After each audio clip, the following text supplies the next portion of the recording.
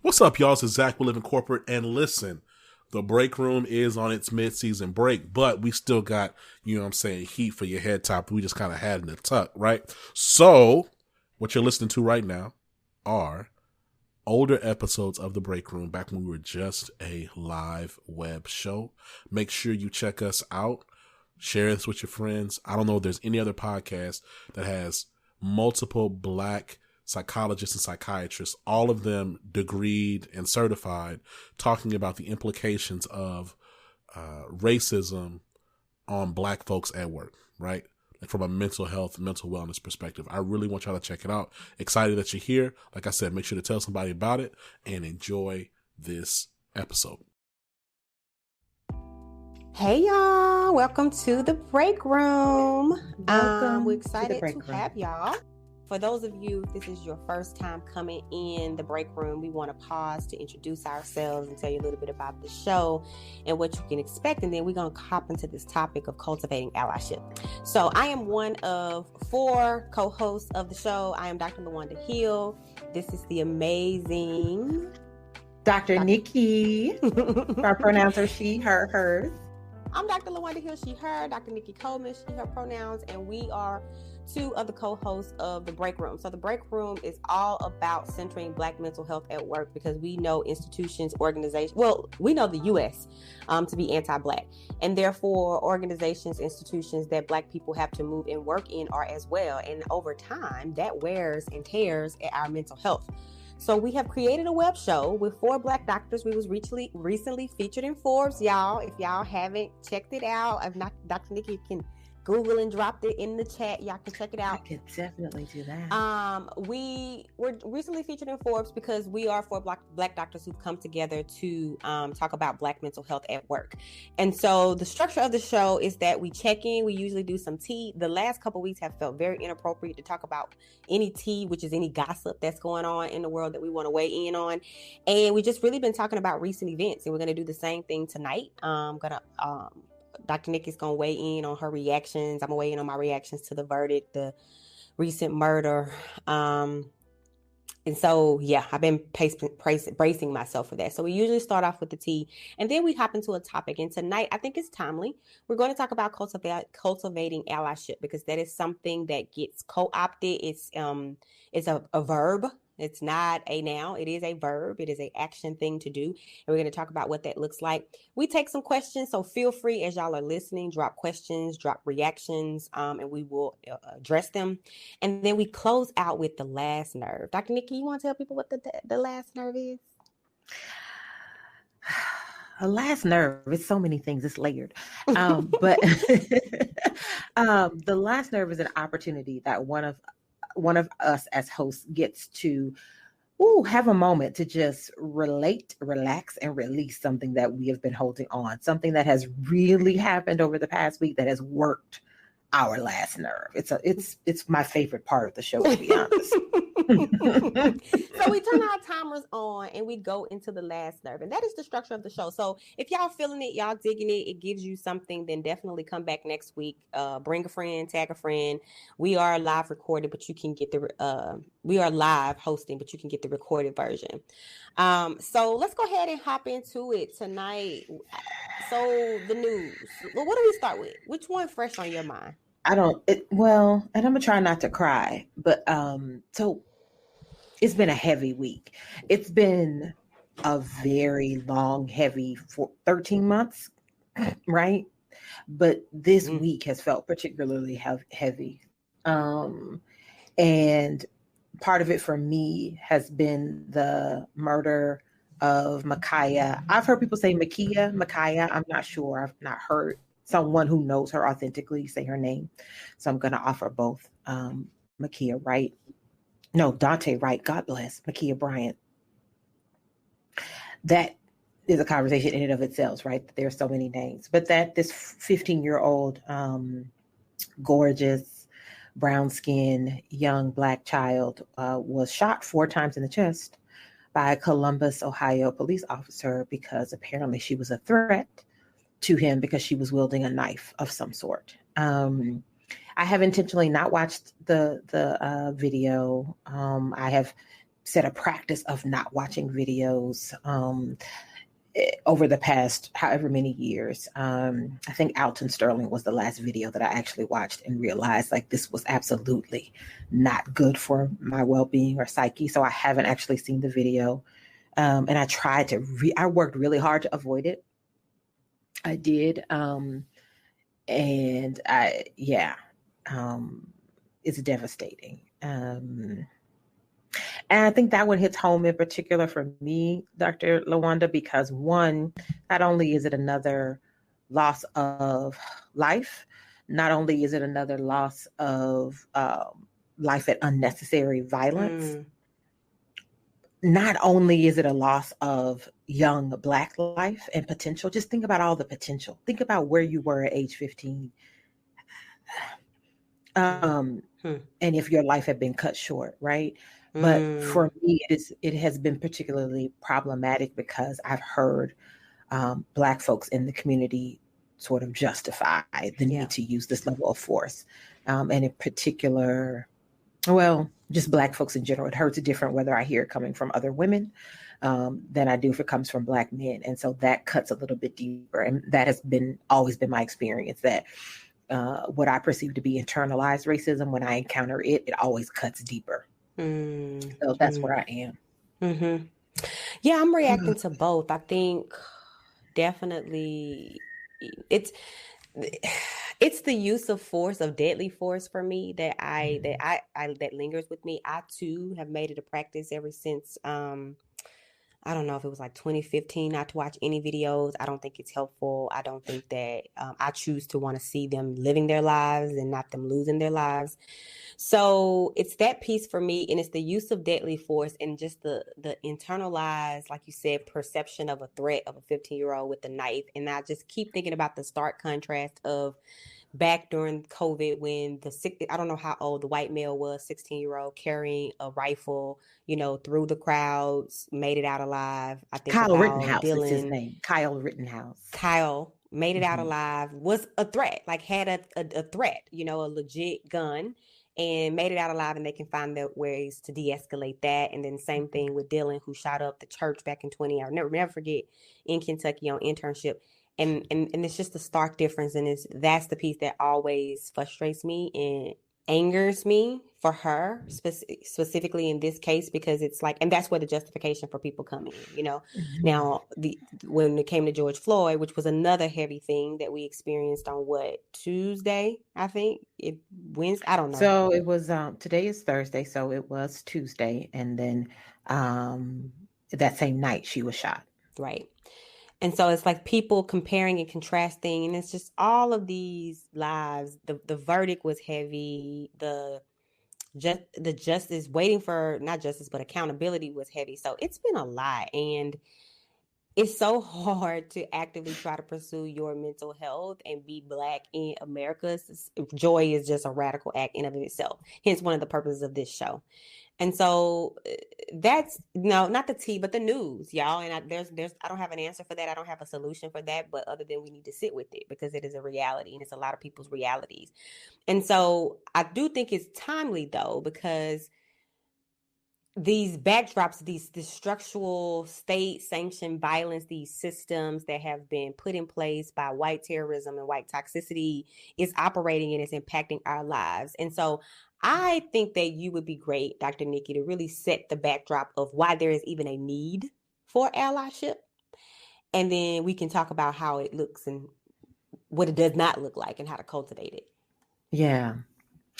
Ooh, so allyship to me, so let me talk about it in this way. In my understanding of all liberation movements, regardless of whether we're talking about race or gender, disability, that all liberation movements happen in coalition. That in order for there to be systemic change, there has to be systemic recognition that there is oppression. And so that means that everybody involved in the system has to participate. And that requires that our folks that are like-minded, that understand the world intellectually at the least, but have the capacity for empathy, for the understanding of other people's oppression, are required to engage in ways that help disrupt. And for me, those are the fundamental pieces. Like when we say Black Lives Matter, there's such profundity in that statement, right? So for me, when I unpack that and think about allyship, I'm thinking in particular around recognition of the fact that you have to see humanity in me as a Black woman to be able to recognize that the way that systems are set up dehumanize me. That's a fundamental sort of truth that you have to buy into. And then you have to also realize that your life as a white person, as another person of color, is diminished in some significant way by anti-Blackness, by white toxicity. And then you therefore have to make a decision that you choose to do something about it. And I always think about, for me, when I think about allyship and sort of my personal litmus test is always sort of the freedom riders of the 1960s. That there was the Montgomery bus boycott, right? And Black folks in Montgomery, Alabama boycotted for a year, solid year, walking everywhere, refused to take the bus. But then the youth decided, okay, we could get this taken care of in Alabama, but if we want to see change what about folks in Chicago or folks in Indianapolis or folks in Miami right? What do we do about that? And so they realized, well, buses that travel state lines now become a federal issue because now we're crossing states. And so let's then challenge that. And that happened in coalition with young white people. And there were young white people that gave up their lives, lost their lives in acts of violence in the process of working for liberation for Black folks, working for the right to vote, the right to be treated as full citizens, right? And that's sort of my litmus test. Like, are you going to ride with me? Literally. Will you ride I love with that. me? I love it. Literally and figuratively. So for me, that's where the verb part comes in. And why I always talk about the ship, we talk about relationship. That's why we add ship to it. You have to feel a sense of connection to the individuals for whom you have empathy for. You have to have some recognition that my well-being is limited as long as your well-being is limited, right? There's an indigenous quote from Australia that says, if you've come to help me, you're wasting your time. Yep. But if you come because you recognize your liberation is bound up with mine, then let's work together. And what I see a lot happening in these streets is a lot of hashtagging. I want to talk about this trend that I've seen. So part of my pursuit of radical joy has been at night, instead of death scrolling through Facebook or whatever, I've now gone to TikTok. I feel that's where the real comedy lies. That's where I find my joy, is in these TikTok That's where the comedy lies. And so I'll be scrolling through TikTok. I don't follow a lot of people. There's no rhyme or reason. I just go on there to be entertained and to laugh out loud. What I have seen, though, is a number of what I would call white wannabe allies. Like, there seems to be a trend. I've seen a couple videos with white women sort of angrily talking about how anti-racist they are. Like, they'll give an example of, I saw this woman last night saying, I don't know what it is about me that makes people think that they could be racist, say racist things to me, but they had the wrong one today. And another person was like, I went out to the store and realized, I got to the door and realized I had forgot my mask, and I had to run back into the car to get my mask because I was afraid they thought I was going to be a Republican.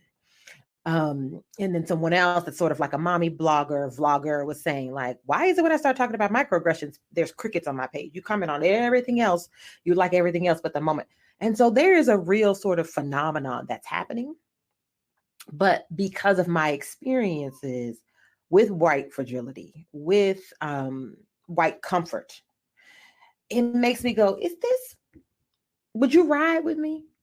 Is this beyond a TikTok movement, right? Is this beyond being on trend? Is this something that would require you to sit in your discomfort, right? Are you so connected to this movement of anti-racism?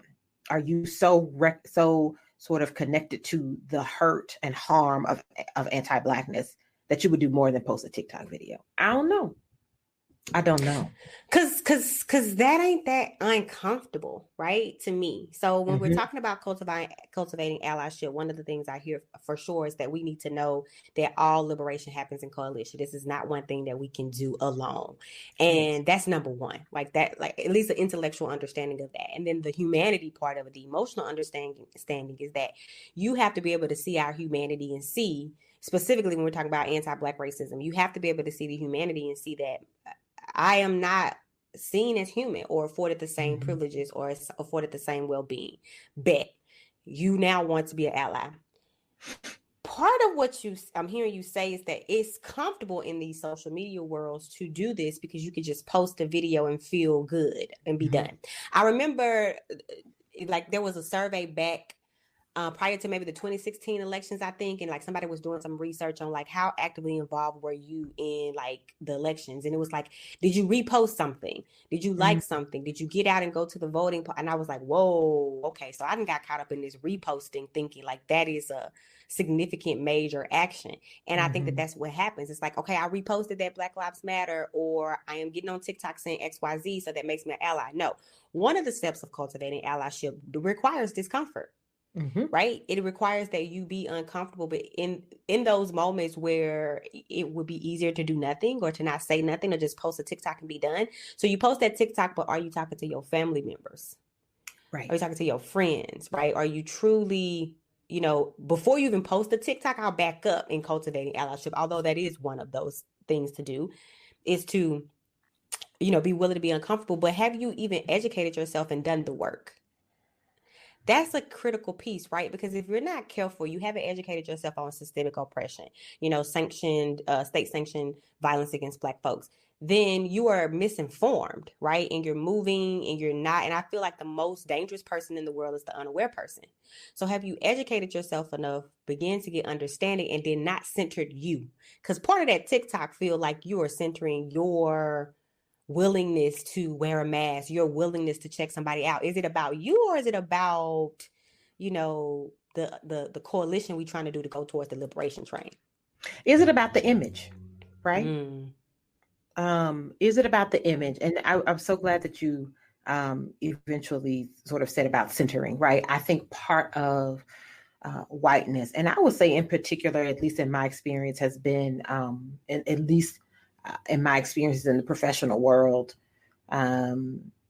which there's a long history, right? So graduate school back in the late 90s all the way through now, right? So I've been in spaces and with in close proximity in professional settings with lots of white women. And my experience is that white women are particularly skilled at centering themselves in any issue. Very skilled. Very skilled. So that education piece is a recognition. Like if you're going to do real education on self, then you have to learn how to like not center yourself. Like it ain't about you, cheese. Like you gotta get on over here, sis. Be quiet, be silent, listen, learn to listen for understanding, learn to listen for empathy, learn to listen for understanding about yourself, not about me, right? Learn to listen for understanding about yourself, and how do you hold yourself accountable? I think is also one of the other requirements, meaning when you backslide, because you will, because that is the sort of entrainment that is white supremacy, right? The goal is to keep itself moving. How do you hold yourself accountable? How are you willing to sit in the discomfort when you're called out on your centering, on your detouring, on your white fragility, right? How do you sit in that?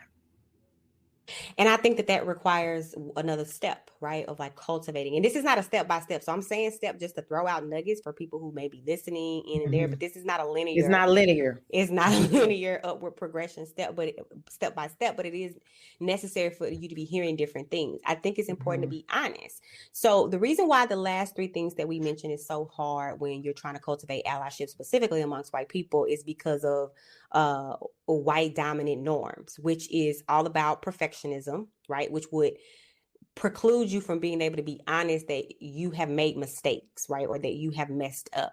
It also is about a lot of individualism, right?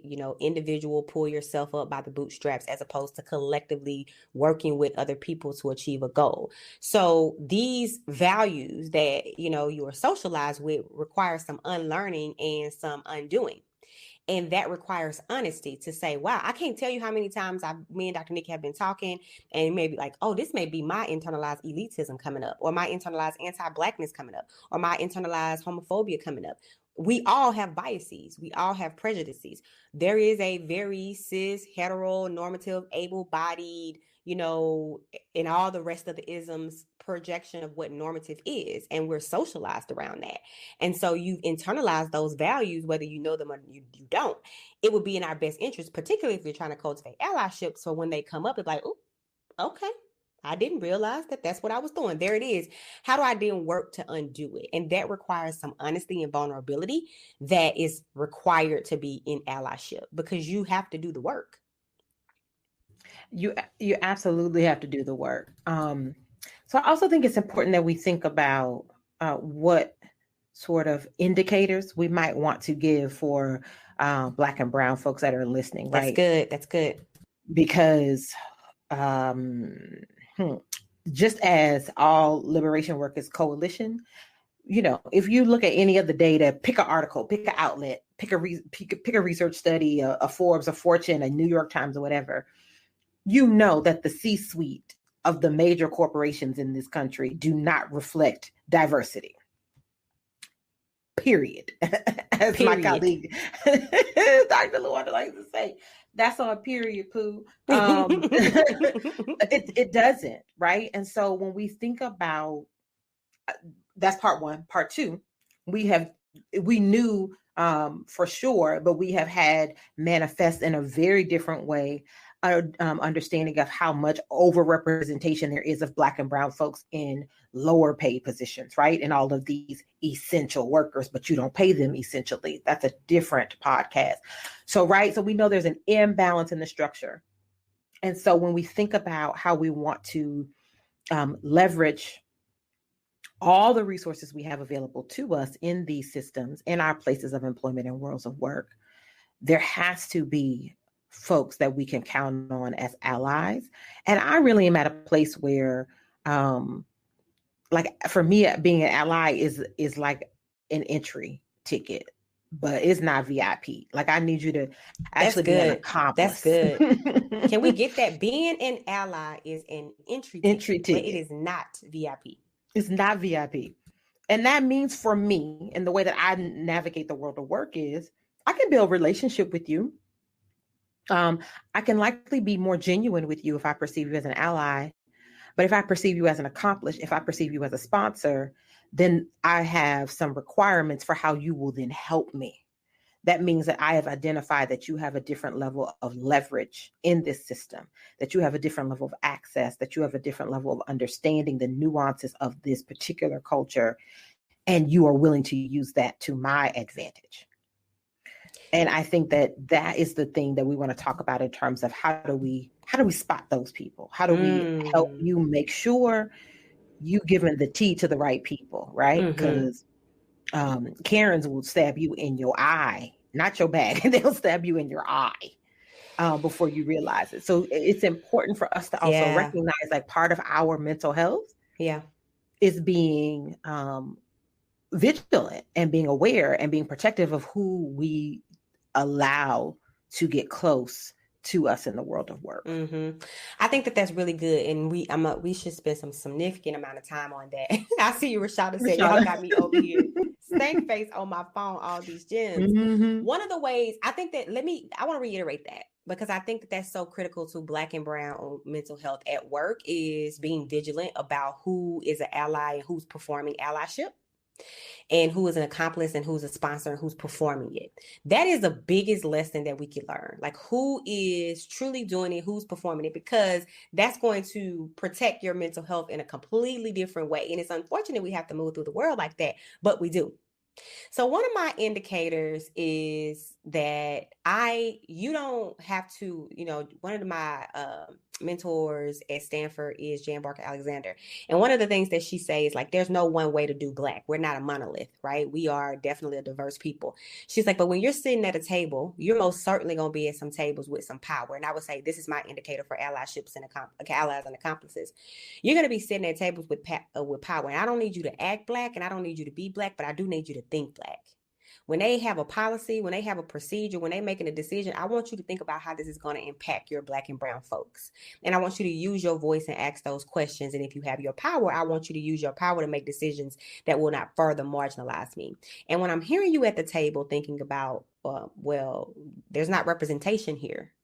Or there are opportunities where they're asking less threatening Black people to be at the table, and you know that my voice is more skilled, or I have more expertise around that topic as opposed to you, because people will sit at a table that they don't belong to be at with no expertise, but just because part of white supremacy is to hoard power, they will sit there. So are you giving up power? Are you thinking Black about how these things are going to impact me, using your voice to do it? And are you sharing your power and your access with me so as to be less marginalized, right? I'm about action. Telling me, wow, that was a tough verdict, or I'm thinking about you, or what have you, really doesn't really mean a lot to me. Action means a lot to me. When I see you in action, I can spot you as a potential ally or a potential accomplice. Yes, absolutely. So for me, the correlate of that is, I don't need you to run and tell me nothing. I don't, if you doing it, do it, right? Like, you should be doing it whether I'm present or not, whether I'm going to give you a cookie for it or not. I had a friend that said that recently somebody at their job was like, I just want to give you a hug. And that, like, they texted me like, everybody is putting on the extra right now because this stuff is back in the public spotlight. And everybody's checking, all the non-Black folks are checking on all the Black folks at work. I'm just checking on you and how's it going? That don't do nothing for me.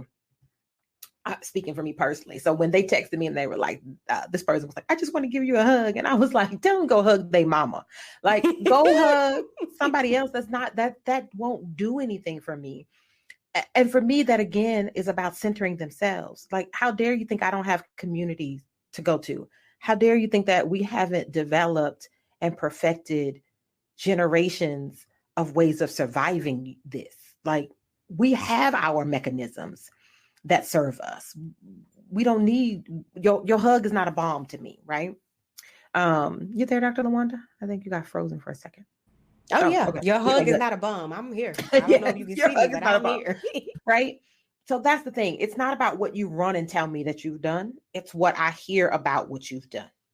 When I am not in the room, what have you said on my behalf or for me? When you have the opportunity to speak out, do you take that opportunity? When other people are talking about me, do you come back and tell me that? Like, that's what you can come run and tell me. Like, basically they're undercutting your contributions, or even though this was your, sort of intellectual labor, your name wasn't mentioned. Like, those are the details you can give me if you're working in allyship with me. That is the way that you then begin to leverage and yield your power. Mm-hmm. Yeah, I would also even argue, like, to what extent have you been immersed in and understand the culture? Because I think people read a lot about Black folks. They watch a lot of TV, which is rooted in a lot of stereotypes or one-dimensional depictions of Black folks. But to what extent have you been a minority and understand Black culture and been immersed in that space, right? Like, I've been a minority, well, collectivist culture is the global majority. So let me be clear. But in terms of the only Black person in spaces, sometimes it's been, significant amount of times. I'm not uncomfortable being the minority. But if you're uncomfortable being around Black culture and you haven't been to any experiences that would give you a more firsthand, nuanced understanding of Black culture, I'm really questioning to what extent are you comfortable. And if you're not comfortable, can you really see my humanity? Because I'm exposing myself to cultures all the time. I'm inquisitive. I'm curious. I want to know more.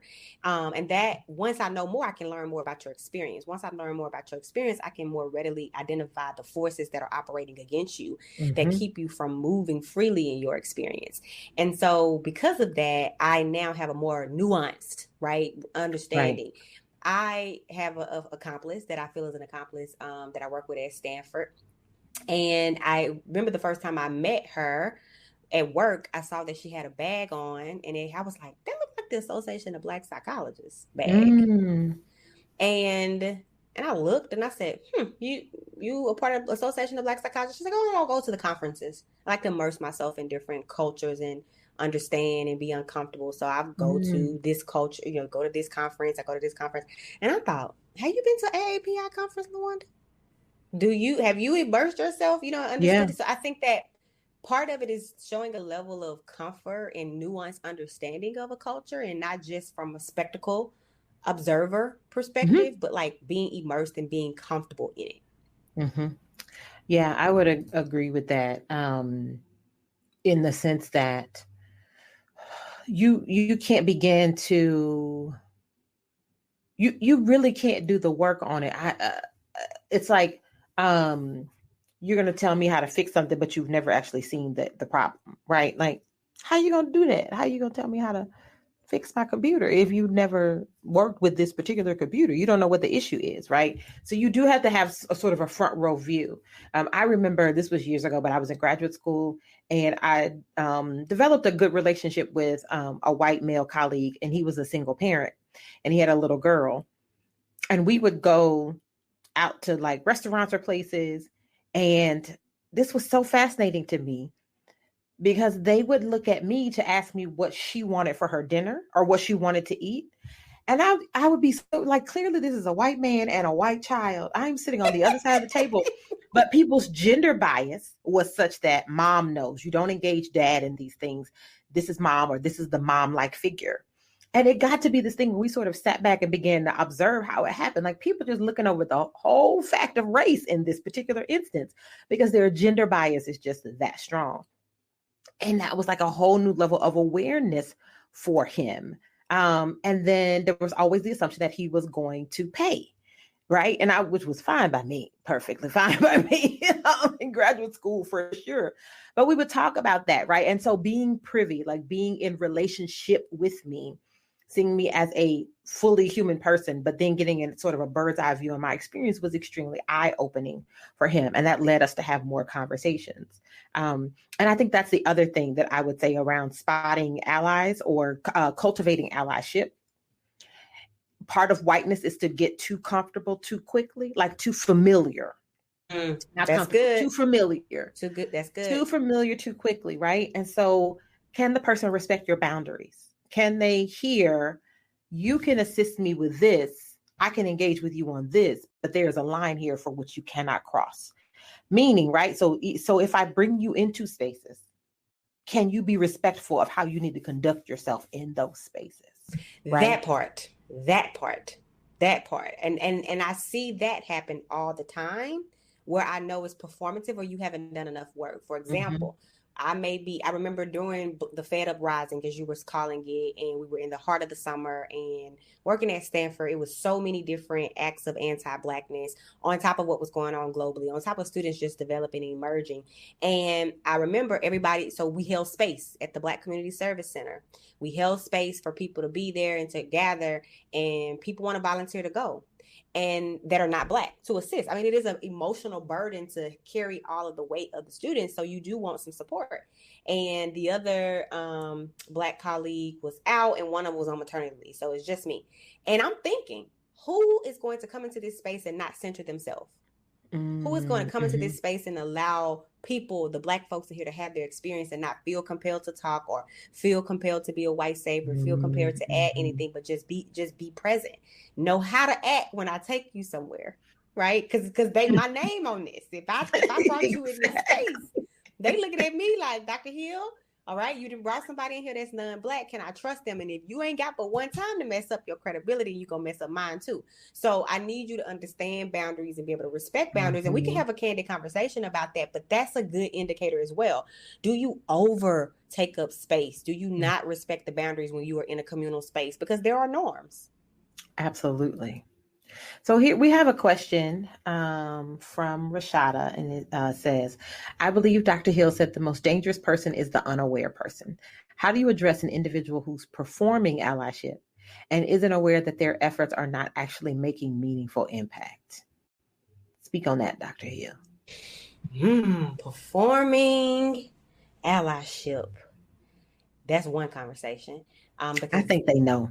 I think they be knowing. That's not. And knowing that, because I mean, that's a conversation. Because my initial reaction, Rashad, I'm very confrontational. Would be, I'm experiencing you as inauthentic, and I've said that to people. Like I'm having a hard time connecting to I don't perceive this as authentic, so it's a disconnect for me. So the performing allyship, I think, is one piece. Not having an impact is a separate conversation. I'd be curious to hear your thoughts on this, Dr. Nikki. But my initial stab at it is I think I usually say, I feel like people are rushing and they are jumping to action without being fully informed, without having people on the team who can inform them. My friend says it all the time, who is a former athlete, around DEI efforts, right? Because everybody want to be a part of diversity, equity, and inclusion efforts. You don't hop on a basketball team because you don't coach a basketball team because you're passionate about basketball and you're interested in it, which is what people do, usually people who are allies who are trying to do these DEI initiatives. So why do we not do that why do we feel we can do that with DEI initiatives? We don't go get a coach who has an expert, who has a track record, who has a winning record, who knows how to make impact, who knows how to move the ball forward. So I usually, when it comes to the impact piece, I usually try to pause and say, like, hey, have we evaluated what we even doing right now? Do we even have all the pieces here? It's not being impactful. In fact, I think it's, wasting time. So how can we have a conversation about that? Now, based on the answer, that'll determine the follow-up. Yeah. So what I would add is, I tend to be, I don't think I'm as confrontational as Dr. LaWanda. I'm really pausing like, would I say that? You said it. But I am a direct communicator. I will say that. I deeply value direct communication. Meaning being able to transmit it and you being able to receive it. And so I think for me, around the performance piece, it is going to depend on how much time I have that day. Like it's going to depend on how invested I am in you as a person, right? To begin with, are you worth my time and energy? And I'm going to make some determination of that, right? Like, is this worth? Is the energy I may expend in this conversation worth any benefit? Right? Is it going to shift something for me, for other Black folks in the space, right? It might not always be transactional just for me, but I do try to think about, is this going to help some other Black person at some point if I take the time to plant this seed or engage? And that is sort of my bottom line. How much energy do I want to give? And so then I also think about, and then related to that, part of the ways that I may get at it without being as direct or confrontational is I like to use curiosity. So tell me how you think that's contributing to allyship. Or I've heard you say this. Tell me what's your motivation for that, right? I want to curry their insight on it to see. Because I do think folks have a good indicator. You know good and damn well if you've only done hashtag thoughts and prayers on social media, or you reposted somebody else's article on LinkedIn, but you've never done one thing, then I think you have a good sense that you're still living in your own bubble, right? And then to Dr. LaWanda's point, I'm going to get a better gauge of how much more I might want to invest or not based on your reaction to that, right? Is it defensiveness? I'm out. If it's at least taking a moment to pause and be reflective to say, I hadn't thought about that, then I'll probably say that might be some space where you want to start again, right? And then I will move on. If there's a genuine opportunity for engagement, then I'll consider about what I might be willing to do in that way, right? So that's sort of how I think about that. I think that if you sort of, you look at the broad population of folks that are unimpacted by any particular ism, the folks that are actually willing to be allies in the way that has meaning and impact and merit are very shallow amount. Otherwise, the systems wouldn't keep working. The systems work because the vast majority of people participate in the systems. And so that means that everybody who's calling themselves an ally ain't an ally. These are just facts. They're not numerical and facts. I think one of the things that I would give for Black folks too, I spend a large amount of time wasting energy on trying to convince or deal with. One of the things that comes up when you question, whiteness and its motives is white fragility and defensiveness. And so that defensiveness is just there to keep them from moving forward, having to see themselves or see their socialization. And I spent a lot of time, in the throes of that. And so and that contributes to exhaustion, that contributes to burning out and mental health and so forth. And so I would say to be very cautious and be thoughtful about your energy. Your energy and your time is precious. Your intellectual capital is precious. Your words is precious. Who do you want to, I call them whose seeds is, what soil is ripe? What soil is ripe for me to sow some seeds? So the rest of y'all got weeds and stuff growing all around it. I don't have energy for that. But if I've seen that you've done the work and I'm pausing and I'm asking you some questions and you're there, then I may sow some seeds. But if you're not, I love to be like, that's interesting. And then go back on mute. That means I don't have nothing else to offer because this is not worth my time. Absolutely. So are there any other indicators that we think we should mention that we haven't talked about? Because so to be clear, I just want to make sure we're recapping, right? I am not at all I'm not at all interested in Rashada to say soil just barren, just dry, cracked earth. But I think there may be an assumption that we're talking about this in a transactional way. And I don't mean to intend that it's transactional. That's good. What I do mean to intend is the folks that are genuinely invested in your well-being as a person of color, genuinely invested in your success in the workplace as a person of color. And by genuine, I mean they are willing to be uncomfortable. They are willing actually to give something up. Right? They are willing to say, I actually think this person is better for the job, right?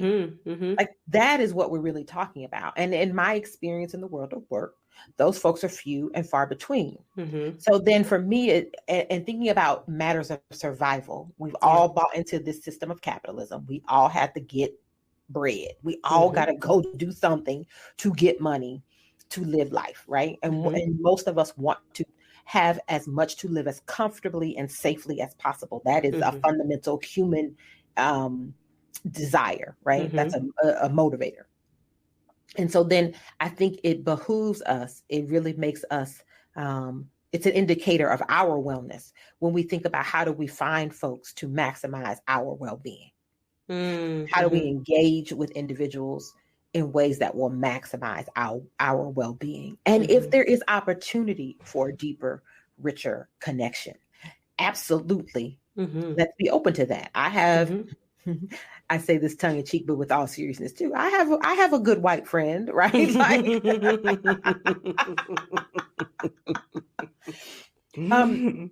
And one of my closest friends is a white woman, but she's shown up to be who she is every single day that I've had an encounter with her. Anytime there's been a moment where I'd be like, let me see what she's gonna do this. Right.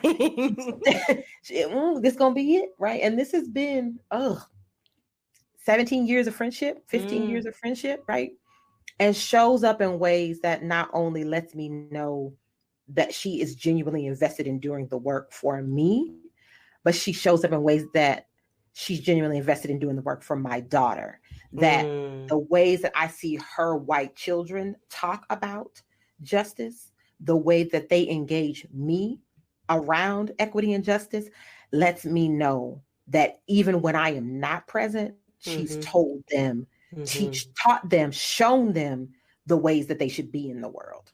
But I think those people are few and far between. That has just been my experience, right? But we have to go to work every day. And most of us, especially when we get to a certain level of elevation in our career, we are not going to be surrounded by us. We don't live in the world of Boomerang. That ain't. We don't. I forgot that. We don't live in Boomerang. We don't live in Wakanda. We don't live in where is Coming to America? What's that kingdom? That's not the world we live in. And even when we have Black products and services and spaces, there's always white folks there, right? This is just our experience. And I also want to be clear that they could be other brown folks that are also white identified, right? Yeah. White in their ideology and worldview. White aligned. Mm-hmm. And so I think it is unfortunate that we have to talk about it in this sort of transactional way. But I also think it's a reflection of ways that we work to be healthy and well in a dysfunctional system. Right. And it's just where we are as a society, right? Mm-hmm. It's where we are as a society, and we have to function as such because we're going toward that liberation, not there yet. So I think it's good. I'm going to give a recap. I think the first thing, here's just a few tips. And for those of you who just coming in at the end, and think about, check yourself and see if these are parts of the things that you do. If you consider yourself, actually, we forgot that one. You do not name yourself an ally. You are named an ally by Black folks. You don't get to say, oh, I'm an ally to the queer community. Has the queer community named me as an ally? So that is an earned thing. It's not something that you can give and self-label as yourself. You can do the work, and that should be enough, right? So it's not about you. It's not about you. So, whiteness and its socialization centers itself. It's not about you. It's about that coalition towards liberation. And it's toward doing your part and not being complicit in the system and participating in it. And by you benefited from it, further marginalizing others. Listen, right? Listen to people's stories. Listen to understand. Listen to gain knowledge and insight before you even speak or do. Listen. Be honest with yourself. Be honest. Recognize real. We are all socialized in a white, toxic society, and we have biases based on those things. And so to be honest and you're starting there.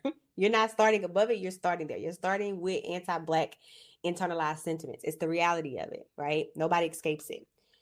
Talk to your friends and family. I want you to do that work, that emotional labor, so I don't have to do it, so that they understand it, because you most likely have more emotional capacity to do it than I do.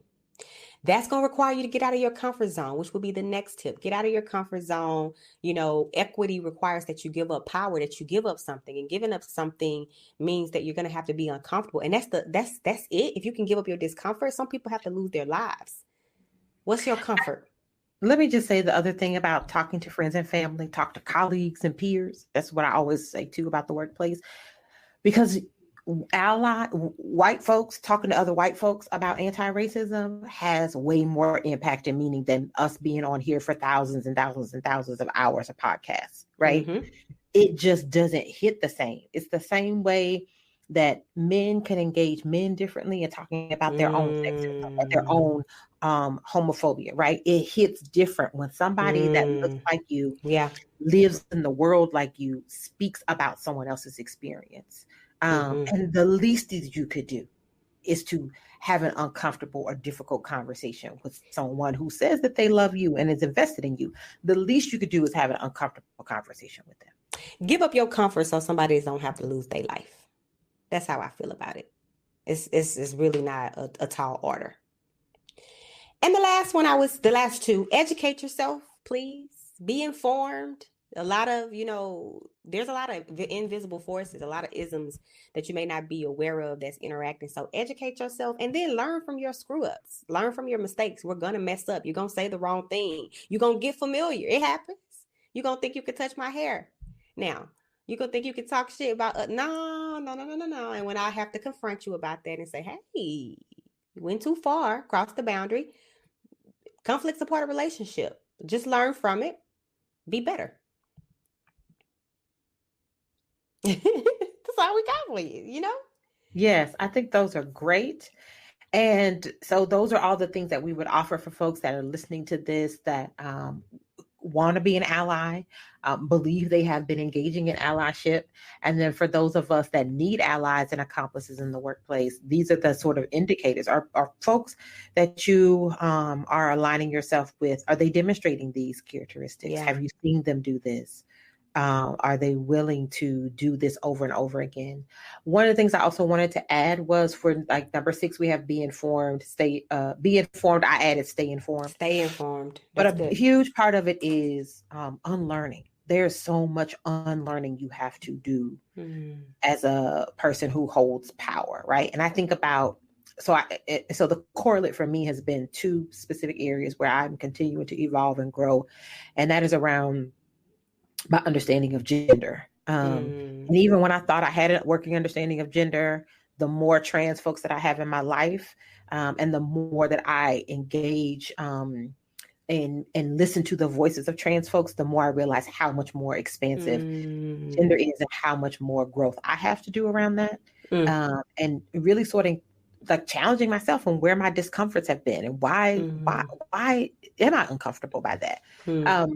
And then around my ableism, right? So many things that you take for granted as an able-bodied person, because so much of the world is designed, quite literally, physically, our material world is designed around able-bodied, normative-bodied individuals. And so when I sit and think about the work that I'm willing to do around that and how I'm holding myself accountable, and also what it brings to me, like how much more expansive I am in my humanity, the more that I do that work, then I should have no less standards for folks who are wanting to partner with me around my Blackness. If as a Black woman in my systemic oppression, if I could be willing to sit in my discomfort about my relationship to power dynamics with other identities, you for damn sure ought to be doing it as a white person. Like exactly, because you got it on multiple levels, no excuses.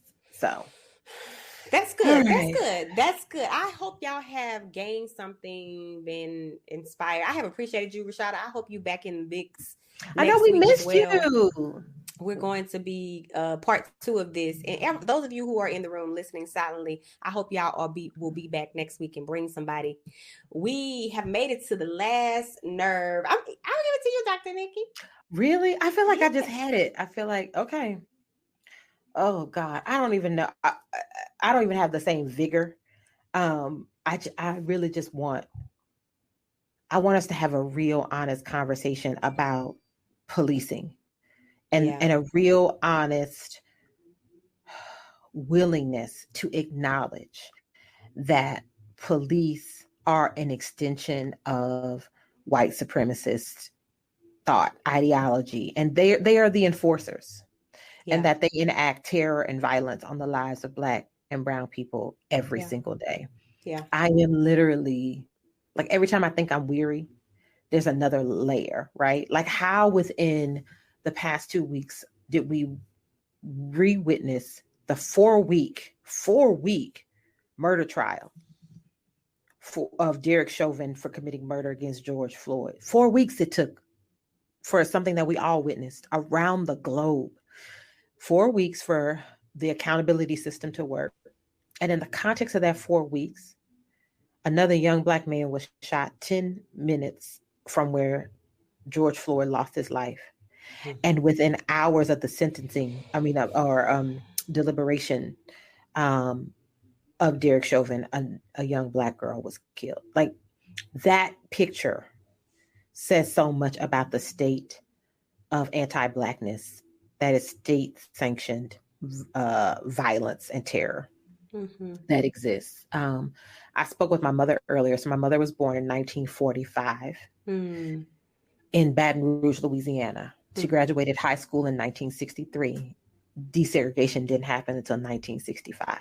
And so I think about, what is that context for her?